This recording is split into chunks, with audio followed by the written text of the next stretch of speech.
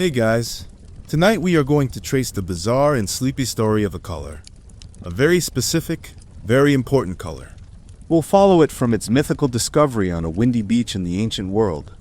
Watch as it becomes the ultimate symbol of power for emperors.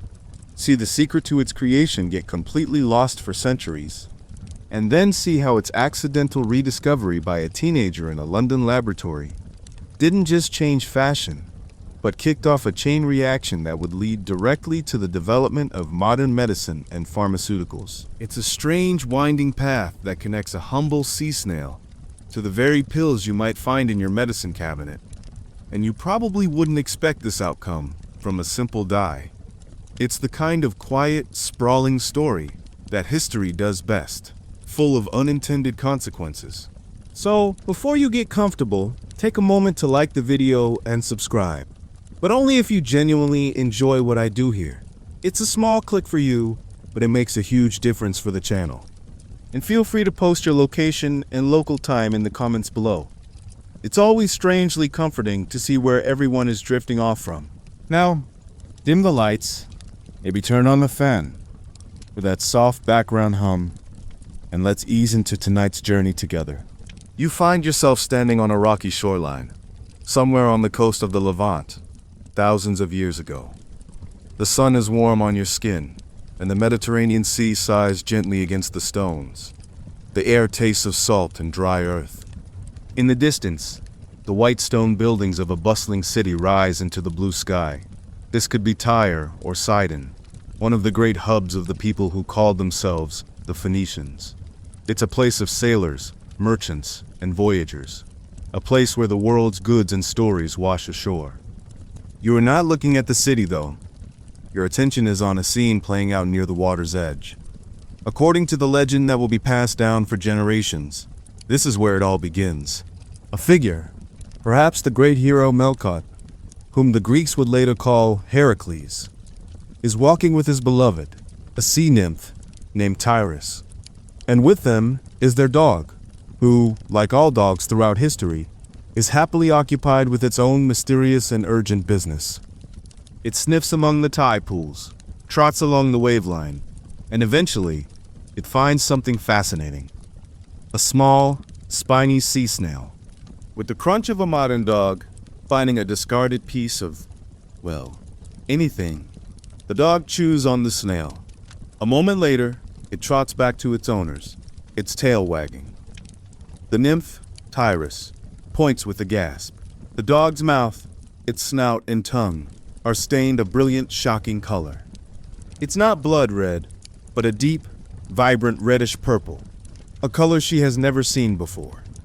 It's the color of the deepest twilight, mixed with the richness of wine. Captivated, she turns to the hero and makes a demand that is both incredibly specific and impossibly vague. "I will not be yours," she declares, "until you can bring me a robe dyed in this magnificent color." Of course, that's just a myth. A nice, tidy origin story for a discovery that was likely much messier. Historians still argue whether the secret of this famous dye was revealed in a single flash of inspiration, or if it was a slow, gradual accumulation of knowledge. It's more likely that generations of coastal people, fishing and gathering along these shores, had noticed that these particular murex snails, when crushed or left to decay in the sun, produced this remarkable stain. But a hero, a nymph, and a dog with a purple mouth makes for a much better story. Dash bit of divine marketing for what would become the ancient world's most sought-after luxury good. The mainstream historical fact is that the Phoenicians, being the unparalleled maritime traders they were, recognized the potential immediately. This wasn't just a pretty color. It was a commercial opportunity of epic proportions. The snail in question, Belinus brandaris, was abundant along their shores, but the process of extracting the dye was anything but glamorous. You can almost picture the early, messy experiments.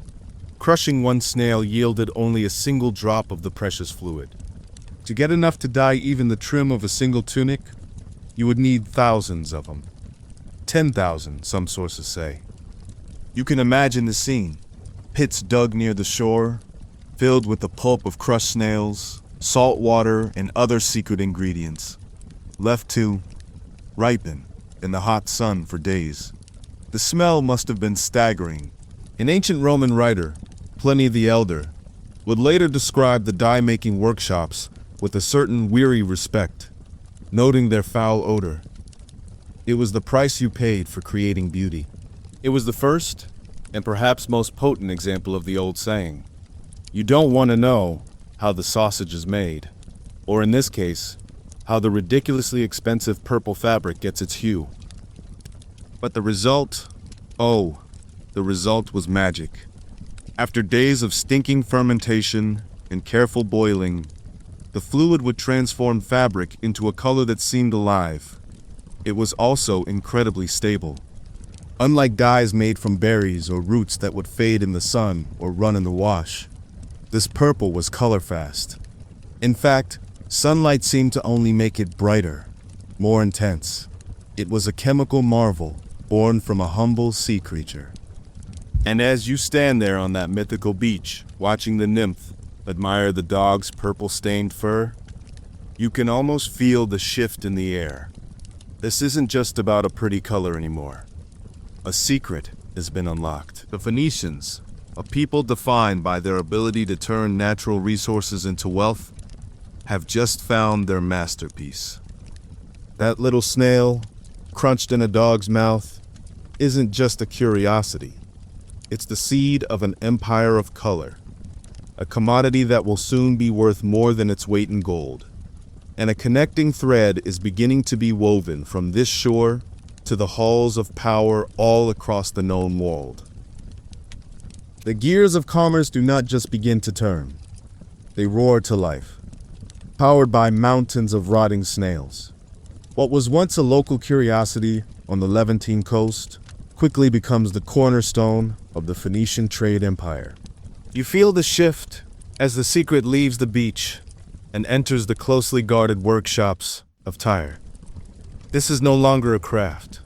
It is an industry, and its defining feature, besides the brilliant color it produces, is a stench that could peel paint, if paint had existed yet. You have to imagine entire districts of the city dedicated to this process. The smell of tens of thousands, eventually millions, of gastropods fermenting in the sun would have been an overwhelming, permanent feature of the urban landscape. It was a mix of low tide, rotting fish, and a sharp, metallic tang. Ancient writers who visited Tyre all mentioned it. It wasn't a bug, it was a feature. That powerful, pervasive odor was the smell of money. It was the ancient equivalent of the smoke rising from a factory town. A sign of production, of wealth being generated. You can almost hear a Phoenician real estate agent trying to sell a property downwind. It's not a bug, it's a feature. You're not just buying a home, you're buying proximity to prosperity. The Phoenicians, clever merchants that they were, understood the power of a monopoly. The exact recipe for Tyrian purple became one of the most closely guarded state secrets of the ancient world. It wasn't just about knowing which snail to use. It was about the precise amount of salt to add, the exact number of days to let the mixture bake in the sun, the specific type of metal vat, bronze or tin, to use for the final boiling, which subtly altered the shade. This was industrial chemistry in its infancy, and the recipe was their Coca-Cola formula. They didn't write it down for just anyone to read. It was passed down from master to apprentice, shrouded in mystery and probably a healthy dose of misdirection for any would-be spies. And they didn't just stay in Tyre. As demand exploded, the Phoenician sailors established production colonies across the Mediterranean, wherever the precious murex snails could be found. From the coast of North Africa to the shores of Spain, little outposts of stink and color popped up. This brings us to a truly wonderful historical tidbit. The evidence of this industry is still there. Outside the ruins of ancient cities like Sidon, archaeologists have found vast mounds of discarded murex shells. These aren't small piles. They are literal hills, dozens of feet high, composed of the empty shells of billions of snails, piled up over centuries. You can stand on them today. They are monuments to an ancient obsession, walking on the literal waste product of a luxury good that defined an era. Now, when we say Tyrian purple, it's easy to imagine a single, specific color. But it's a matter of debate among classicists just how uniform the product really was.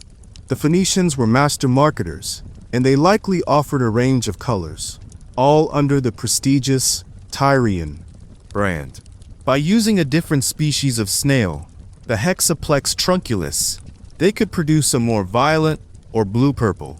By exposing the dye to sunlight at a certain stage, they could bring out deeper crimson notes. This wasn't a flaw. It was a feature of their bespoke service. An Egyptian pharaoh might prefer a reddish purple, while a Babylonian king might opt for a color closer to indigo. Each bolt of fabric could be a unique creation, adding to its exclusivity. You can almost imagine the ultra-wealthy of the time scoffing, "Oh, you're wearing this season's Tyrian? How common."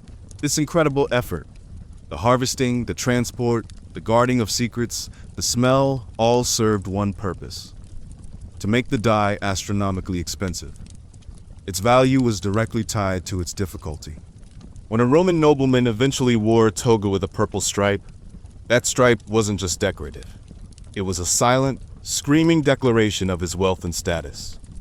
It told the world he was so powerful, he could afford a garment whose dye was worth more than its weight in gold. That small band of color represented the labor of thousands of men and the lives of millions of snails, all boiled down into a single, potent symbol. The Phoenicians were the sole suppliers of this symbol for centuries. Their ships, laden with purple-dyed textiles, were a common sight in every major port, from Egypt to Greece to Italy. They were selling more than a color. They were selling prestige. But as their ships sailed the seas, they were carrying the symbol of power to the doorstep of a new civilization, one that was watching, learning, and developing a taste for luxury. A republic on the Italian peninsula was growing stronger, and its leaders were noticing the deference and awe that this particular color commanded. Rome was rising, and it was about to fall in love with purple. And so, Rome falls in love, not with the person, but with the color. As the Republic expands, its senators and generals encounter kings and envoys from the east, men draped in this impossibly vibrant purple. They quickly understand that this fabric is more than just clothing. It's a message. It speaks of ancient wealth, of power so profound it doesn't need to be shouted. The Romans, masters of absorbing and perfecting the power structures of others, see the potential immediately. At first, they use it sparingly. The highest honor for a triumphant general, granted a parade through the streets of Rome, is the right to wear a toga picta, a toga of solid purple, embroidered with gold. It's a temporary honor, the costume of a man who is, for one day, almost a king. But Roman appetites for luxury are not known for their restraint. Soon, the elite want more. The desire for purple begins to trickle down from victorious generals to the everyday ruling class. And this is where the Roman genius for social order kicks in. They don't just let the free market decide who gets to be fabulous. They legislate it. You find yourself in a world of leges sumptuarii, or sumptuary laws. These are rules designed to control consumption, to prevent social climbers from looking too much like the old money aristocracy. It's a fascinatingly direct attempt to enforce class structure through aesthetics. Imagine a government today trying to decree that only certain people can own a luxury watch or a designer handbag. For the Romans, the primary target of these laws was our beloved Tyrian purple. For the average Roman citizen, wearing the color was strictly forbidden. Not even a purple ribbon. For a member of the senatorial class, you were granted the privilege of a single purple stripe on your toga, the latus clavis. It was your uniform, your visual ID badge, that screamed, "I'm important." It was a constant, visible reminder to everyone else of their place in the rigid social hierarchy. The stripe wasn't just a decoration. It was the embodiment of the law. Then comes a man who understands branding better than almost anyone in history. Gaius Julius Caesar. This is a wonderfully quirky piece of the story. After his campaigns in Egypt, where he witnessed the lavish, purple-soaked courts of the Ptolemaic rulers, Caesar returns to Rome with a new appreciation for the color's power. He issues a decree that is both petty and brilliant. Only he, the dictator, is permitted to wear a solid purple toga. Senators could keep their stripes, but the full purple look, the look of a king, the look of a god, was reserved for him alone. It was a masterful power move, a way of setting himself apart from and above all other Romans without having to say a word. He was wrapping himself in the very symbol of ultimate authority. Of course, passing a law is one thing, enforcing it is another. Historians still debate the actual enforcement of these sumptuary laws. Was there a thriving black market for second-rate purple dyes? Did the newly rich secretly commission purple robes to wear at their private villas, far from the disapproving eyes of the authorities? It's easy to imagine a wealthy merchant, technically forbidden from wearing the color, having a secret room in his house with purple cushions, just for the thrill of it. It's a quiet testament to the human desire to have what one is told they cannot. After Caesar's death, his successors, the emperors, understood the lesson perfectly. The color purple became fused with the imperial office itself. The emperor was draped in it, his palace was decorated with it, and even the sails of his imperial barge might be dyed with it. To wear unapproved purple was no longer just a social blunder, it was a challenge to the emperor's authority. It was a potential act of treason, the punishment for which was far worse than a fine from the fashion police. The color had completed its journey from a pretty stain on a dog's mouth, to a luxury good, to a legally protected symbol of absolute power. This total Roman obsession, this legal framework built around a single pigment, solidifies its importance for centuries. But it also raises a sleepy logistical question in the imperial mind. As the empire's center of gravity begins to shift eastward, toward Constantinople, closer to the Phoenician heartland where the murex snails are harvested, a new idea begins to form. Why should the Roman state pay exorbitant prices to Phoenician merchants for this essential symbol of its own power? The next logical step in this long, strange story is not just to control the consumption of the color, but to control its very creation. The era of the private purple enterprise is drawing to a close, and the age of the imperial monopoly is about to begin. You find yourself drifting eastward, following the center of power as it migrates from the old city of Rome to the new capital, the glittering jewel of Constantinople. Here, in the Byzantine Empire, the Roman obsession with purple doesn't just continue. It becomes perfected, centralized, and absolute. The emperors, looking out from their golden palaces, take the final, logical step. Why bother with sumptuary laws trying to manage a market when you can simply become the entire market? The age of private enterprise in the purple business is over. The Byzantine state establishes imperial dye works, known as ergasteria. These are government-owned and operated facilities, and their sole purpose is to produce the highest quality Tyrian purple, now known simply as imperial or royal purple. The secret recipe, once the pride of Phoenician merchants, is now a state secret of the Byzantine Empire, guarded as jealously as any military intelligence. The knowledge is funneled into these few, highly secure workshops. It's the ultimate in-house brand, a product made by the state, exclusively for the state. No one else is legally allowed to produce, or, for the most part, even wear the highest grade color. This is where the story gets a truly unique and architectural twist. The Byzantines invent a concept that makes the color's connection to power literal, from the moment of birth. Deep within the sprawling Great Palace of Constantinople, there is a special room called the Porphyra. You can imagine it. A chamber not painted purple, but lined with massive, polished slabs of porphyry, a rare and immensely expensive purple-red stone imported from a single quarry in Egypt. It is here, in this dimly lit, deep purple room, that the reigning empress is expected to give birth to the heir.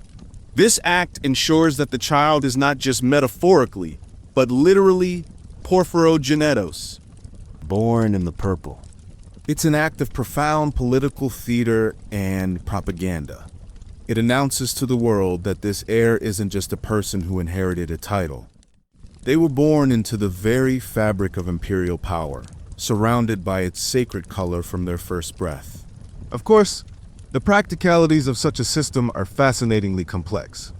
It's a subject of some scholarly discussion just how absolute this imperial monopoly was. Did they truly control every murex snail in the eastern Mediterranean? Probably not.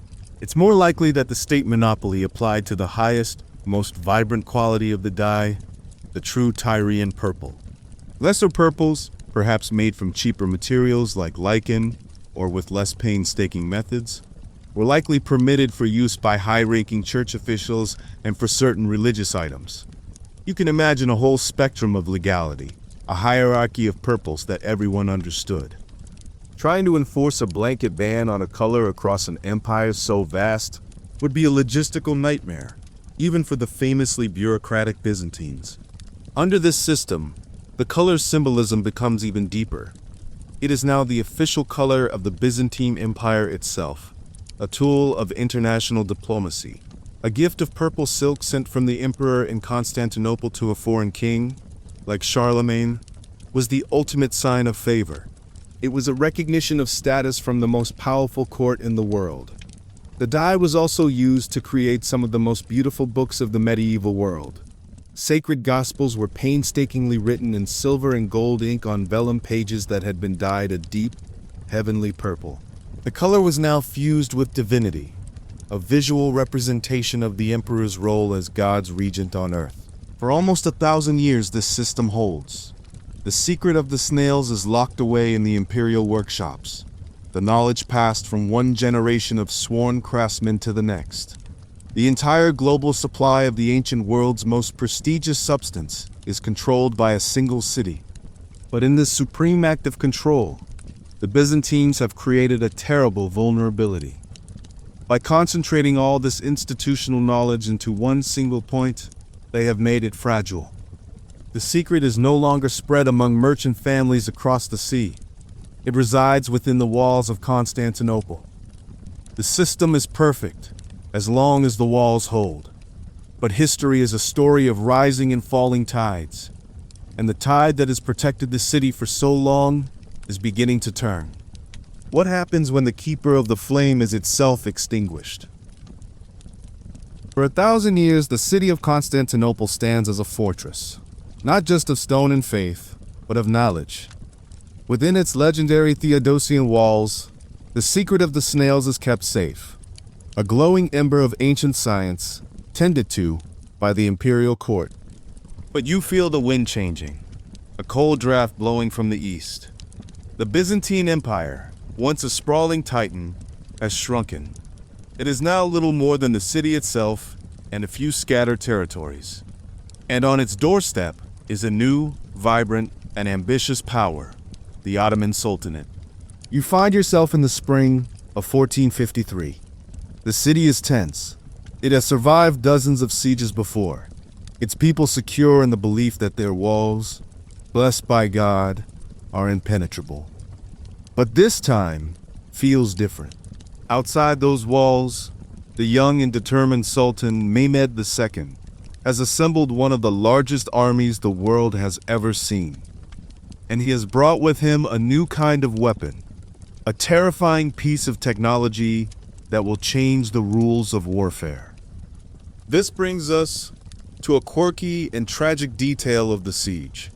The Great Cannons, a Hungarian cannon founder named Orban, had earlier offered his services to the Byzantine emperor, promising to build him cannons that could shatter the walls of any city.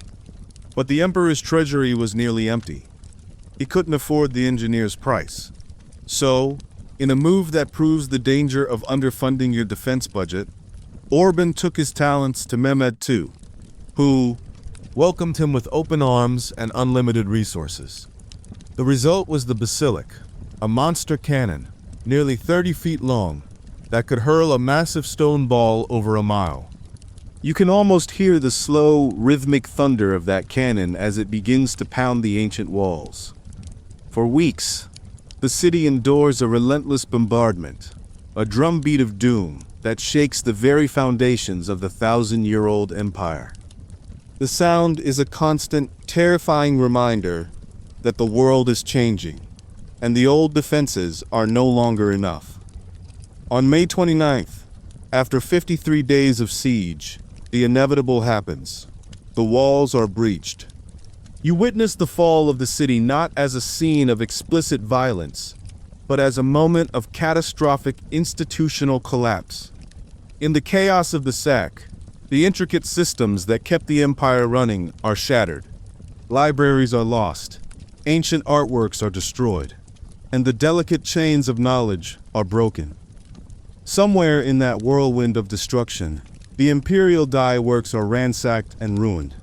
The vats are overturned, the specialized tools are lost, and the small, dedicated guild of craftsmen who held the purple secret are scattered, killed, or lost to history. The recipe for Tyrian purple simply evaporates. It was never written down in a book titled, How to Make Imperial Purple for Dummies. It was living knowledge, a complex process passed from master to apprentice, full of subtle steps and unwritten rules. It existed in the hands and minds of a few men, and in the chaos of a single day, those hands and minds were gone. The ember was stamped out. The 1,000-year-old thread, stretching all the way back to that mythical dog on the Phoenician beach, was finally, irrevocably cut. In the aftermath, historians and economists still ponder how the luxury markets of Europe reacted. You can imagine a silk merchant in Venice, waiting for his regular shipment of imperial purple from Constantinople, a shipment that will never again arrive. At first, there would be confusion, then rumors, then a dawning, horrifying realization. The most valuable commodity in the world, a substance whose value had been stable for 2 millennia, was gone. Not just rare, but gone entirely. The existing robes and tapestries became instant, irreplaceable relics. You are now in a world without its most important color. The great thrones of Europe in Rome and Paris and London are suddenly faced with a problem of branding. The popes, kings, and cardinals who relied on that deep, resonant purple to signify their power and divine right now find themselves wearing a fading symbol. The color of authority has vanished from the earth. This creates a vacuum, a deep and urgent need. The world still craved a majestic purple, and with the original off the market forever, the quiet, desperate hunt for a substitute was about to begin. You find yourself in a quieter, less colorful world. It's the 15th, then the 16th, and the 17th century. The great discovery on the Phoenician shore is now just a legend. The imperial workshops of Constantinople are a memory. For the first time in millennia, the world's most powerful institutions, the monarchies of Europe, the hierarchy of the Catholic Church, are facing a crisis of color. Their symbol of ultimate authority, the deep, unfading Tyrian purple, is simply gone. The existing garments are now priceless relics, handled with extreme care, their threads literally irreplaceable. This creates a purple-colored void in the market. And nature, as they say, abhors a vacuum. The hunt for substitutes, which had always existed to serve the lower runs of the market, now becomes a top priority. The primary replacement that comes into widespread use is a dye called orchil, sometimes known as orchil. It's derived not from an animal, but from a plant, or rather, a symbiotic collection of organisms, lichen. Foragers and merchants would find specific lichens growing on rocks and trees, and through a rather curious process, they could coax a purple dye from them. And this process brings us to another quirky, slightly unsavory tidbit in the history of color. The key to unlocking the purple in the lichen was ammonia, and the most readily available, cheapest source of ammonia for much of history was stale urine. According to legend, a Florentine merchant around the year 1300 perfected the method, noticing that when he treated certain lichens with the stuff, they produced a lovely violet color. So, for centuries, a key ingredient for making second-rate royal purple was something you'd rather not mention in polite company. It seems the quest for beautiful colors often leads down smelly pathways. But Orchil had a fatal flaw. Unlike the miraculous Tyrian purple, which was famously color-fast, Orchil was fugitive. It faded. A beautiful violet robe would lose its brilliance in the sun. It would run in the wash. It was a temporary, unreliable beauty. Everyone knew it was an inferior substitute. To wear a garment dyed with Orchil was a quiet, public admission that you couldn't afford or obtain the real thing, which, now, nobody could. The color's symbolic power began to dilute. It was no longer the exclusive mark of supreme power. In a fascinating act of institutional rebranding, the Catholic Church eventually sidestepped the problem entirely.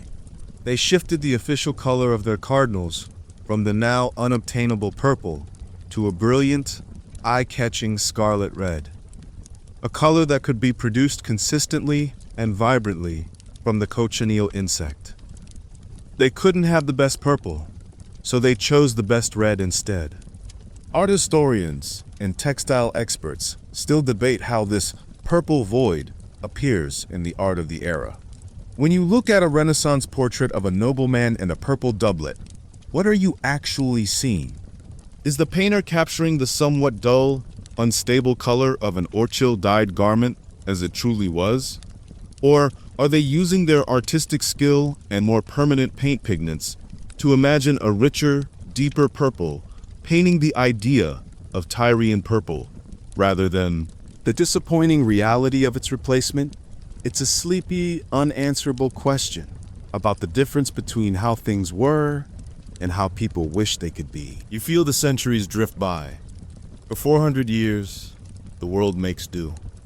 The memory of the true permanent purple of the ancients becomes a kind of myth, a story of a lost golden age of color. A desire for it never really goes away, but it becomes a dormant longing, a frustration simmering quietly in the background of the European textile industry. The greatest kings and queens of the world, for all their power and wealth, simply could not create a color that a Phoenician merchant could make 2,000 years earlier. But now, you sense a change in the air once again. We are drifting into the 19th century. The world is being transformed by steam, iron, and new ideas. Science, and especially the young, exciting field of chemistry, is beginning to unlock the very building blocks of matter. In laboratories across Europe, men in stained aprons are mixing strange concoctions, hoping to understand the world's secrets.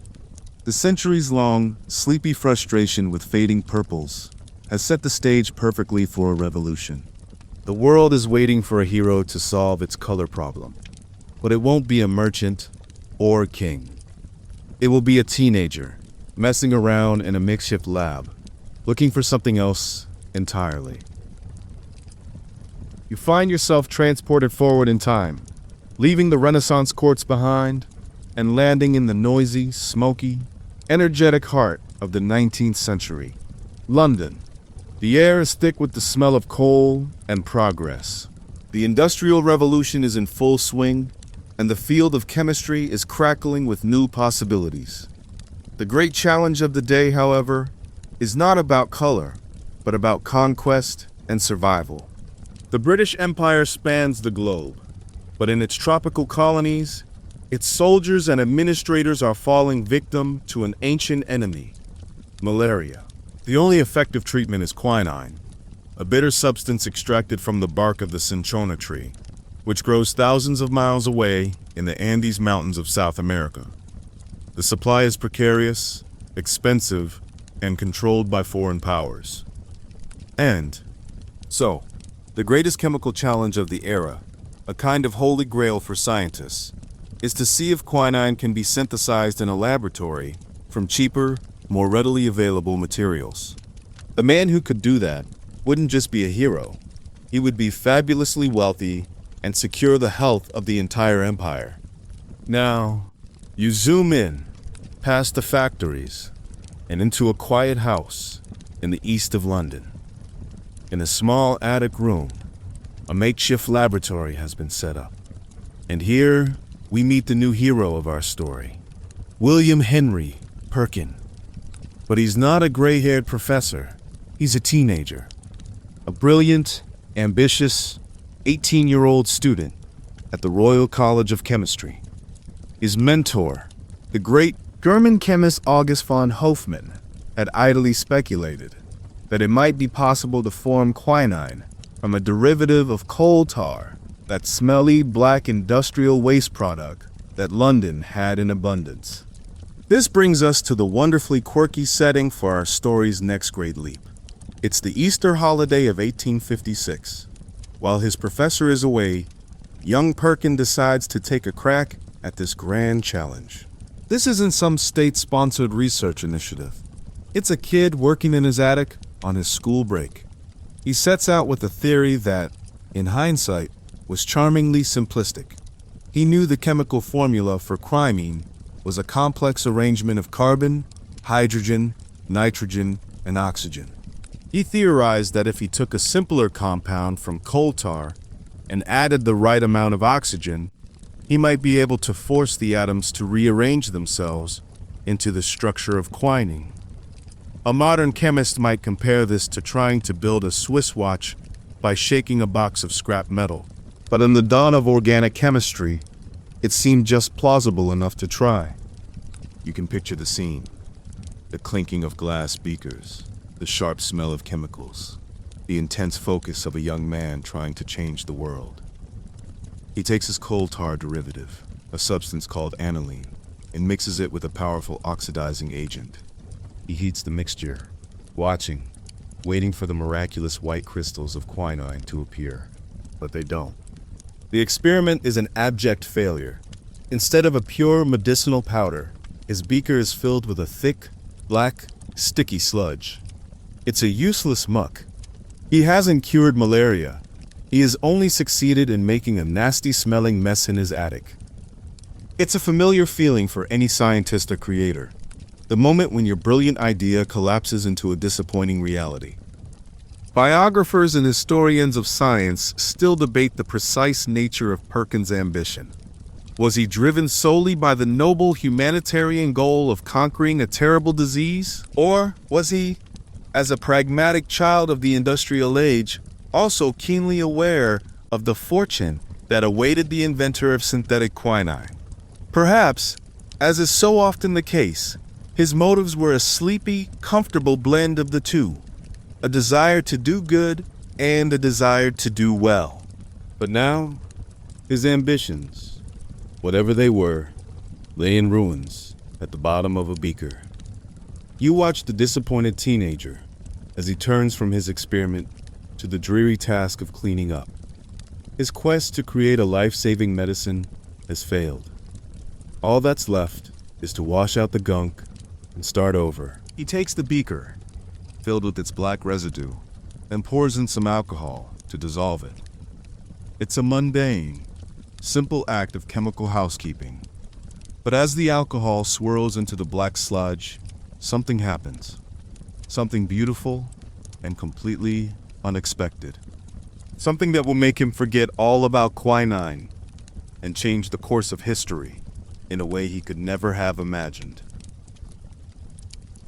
You lean in closer to that attic laboratory, watching the simple, mundane act of cleaning. As Perkin pours the alcohol into the beaker, the black, sticky failure at the bottom doesn't just dissolve into a dirty brown. It blossoms. An impossibly vibrant, brilliant purple color blooms in the glass, swirling in the alcohol. It's a color that shouldn't be there. It's a clear, intense, and beautiful violet that seems to glow with an inner light. You can see the shift on the young man's face, the weary frustration of a failed experiment evaporating in an instant, replaced by a jolt of pure, scientific shock, then a flicker of profound curiosity. He has not made medicine, but he has made this. His mind, trained in chemistry and logic, immediately begins to work. This isn't just a pretty solution. It might be a dye. He finds a scrap of silk, a fabric known for taking color well, and dips it into the purple liquid. When he pulls it out, it is stained a perfect, luminous shade of purple. This is the crucial moment. He takes the stained silk and, remembering the fatal flaw of all the cheap purples of his era, he tries to wash it. He exposes it to light. The color holds. It is brilliant, it is beautiful, and it is permanent. In that quiet attic room, William Henry Perkin, the 18-year-old who failed to make quinine, realizes he has accidentally solved a problem that had stumped the world for 400 years. He had recreated the unfighting magic of Tyrian purple, not from a rare sea snail, but from a lump of coal tar. What happens next is almost as remarkable as the discovery itself. Perkin doesn't just publish a paper and move on. He becomes an entrepreneur. He sends a sample of his dyed silk to a major dye works in Scotland, and the reply comes back with thrilling news. The color is wonderful, and if it can be produced commercially at a reasonable price, they believe it would be a wild success. This is the crossroads for young William. His mentor, the eminent Professor Hoffman, is horrified at the idea of his star pupil abandoning the noble pursuit of pure science for the grubby world of industry and commerce. But Perkins sees the future. In a move of incredible youthful confidence, he drops out of college. He files a patent for his discovery, and then, in what must have been a very persuasive series of family conversations, he convinces his father, a practical builder, and his brother, also a chemist, to pool their life savings and invest everything in his vision. They would build a factory to mass produce this new color. But it was an immense gamble, a bet on a color born from a failed experiment. You can almost imagine the tense family dinners, with their entire future bubbling away in a vat of purple sludge. He initially gives the dye a very functional name, aniline purple, but soon it acquires a far more romantic and fashionable name, the one we remember today, mauve.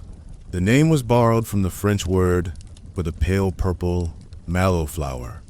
It's a point of quiet contention among fashion historians, whether this was a deliberate, brilliant marketing move or just a happy accident.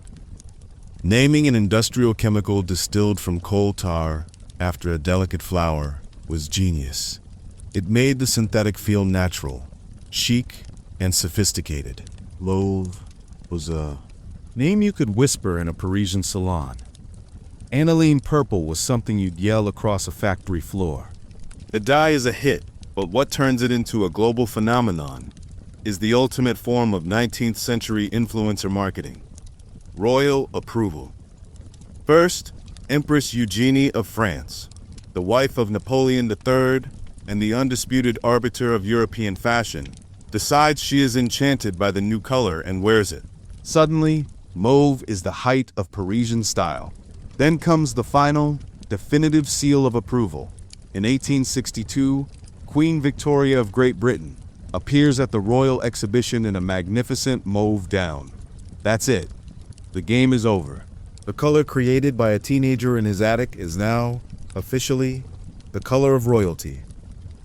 And so you watch as the two threads of our story, the ancient desire for a royal purple and the modern engine of scientific discovery, finally intertwine. Perkin has not only invented a color, He has invented a way to produce it cheaply and in vast quantities. The most powerful and fashionable women in the world have just given it their blessing. For the first time in history, the color of emperors is not only back, but it's about to be available to everyone. The royal seal of approval is not just a recommendation, it's a lit fuse. The moment Queen Victoria appears in her mauve gown, the world ignites with a purple passion. Perkins' factory, built on a teenager's dream and a father's savings, goes into overdrive. The floodgates open, and for the first time in human history, a brilliant, permanent, and once exclusive color becomes cheap. It becomes available to almost everyone. What follows is not just a trend, but a deluge. You see the color cascade through the rigid layers of Victorian society. First, it's the aristocracy, eager to follow the Queen's lead. Then it's the wives of the new industrial millionaires, using the color to signal their arrival into high society. But because the dye is so affordable, it keeps on spreading. You see it in the Sunday best dress of a merchant's wife, in the tie of a city clerk, and eventually in the simple, treasured hair ribbon of a factory girl. This unprecedented spread gives the era a new name.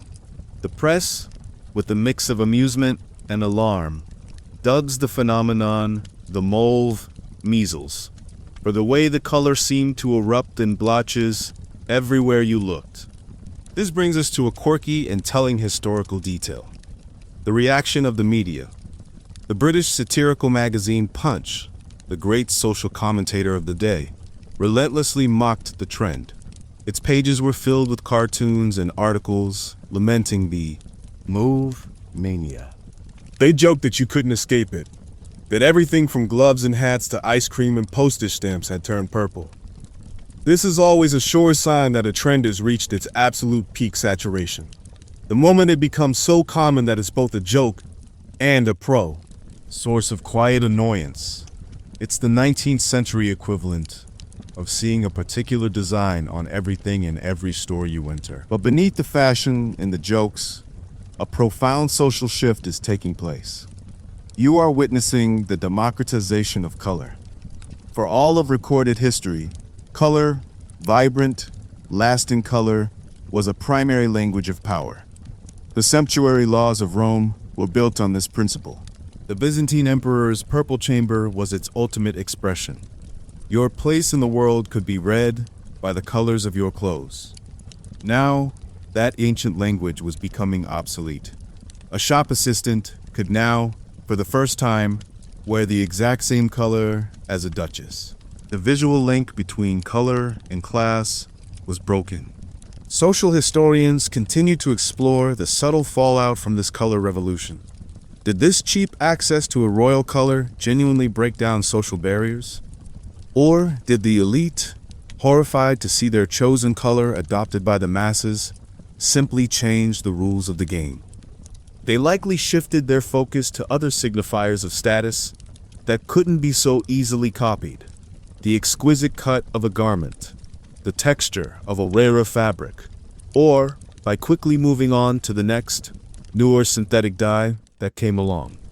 It's a sleepy, endless chase, where status is always one step ahead of mass production. And other dyes did come. Perkins' runaway success with mauve inspired a gold rush in the new field of organic chemistry.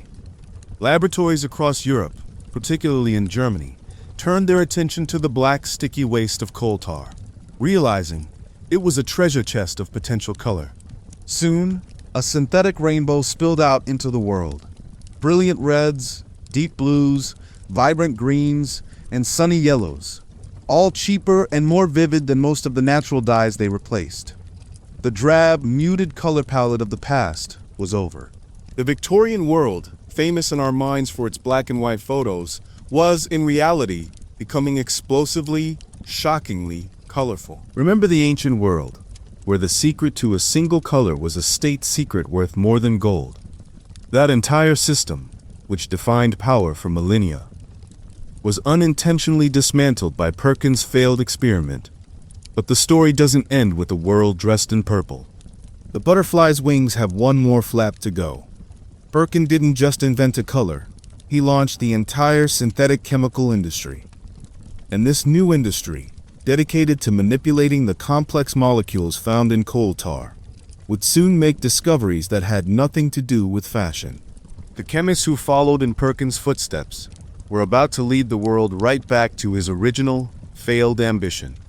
Not just coloring our clothes, but curing our diseases.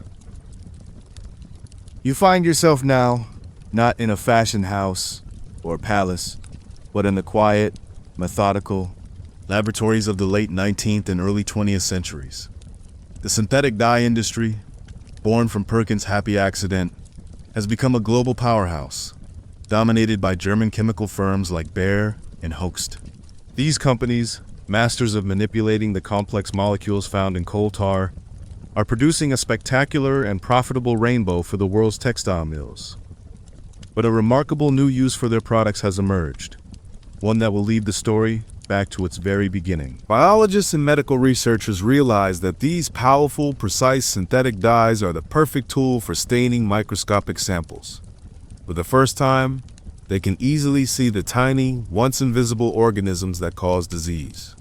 You can picture a scientist like Robert Koch, leaning over his microscope, using a vibrant blue dye to see the comma-shaped bacteria of cholera, or a deep red to reveal the rod-like form of tuberculosis. The dyes that were coloring dresses are now illuminating the very agents of death, making the invisible enemy visible. This is where you meet the final pivotal figure in our story, a German physician named Paul Ehrlich. You watch him in his lab, surrounded by vials of brilliantly colored dyes. He is fascinated by a simple observation. Certain dyes will stain specific types of cells and not others.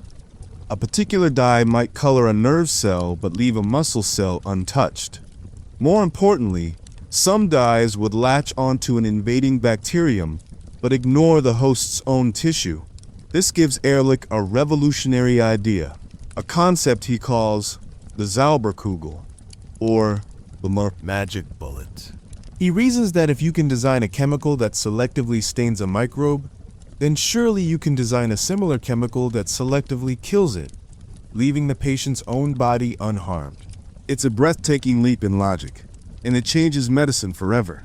The great dye companies, with their vast knowledge of coal tar chemistry and their armies of brilliant researchers, are perfectly positioned to hunt for these magic bullets. Their research and development departments begin to shift their focus. They are no longer just looking for new colors, they are looking for new cures. The same raw material that humble coal tar, that gave the world mauve, was now being used to create the first generation of modern pharmaceuticals. And for a quirky, perfect example of this synergy, you need only look at one of the most famous medicines ever created. In 1897, a chemist named Felix Hoffmann, working for Bayer, a company built on dyes, was tasked with modifying a known pain-relieving compound to make it gentler on the stomach.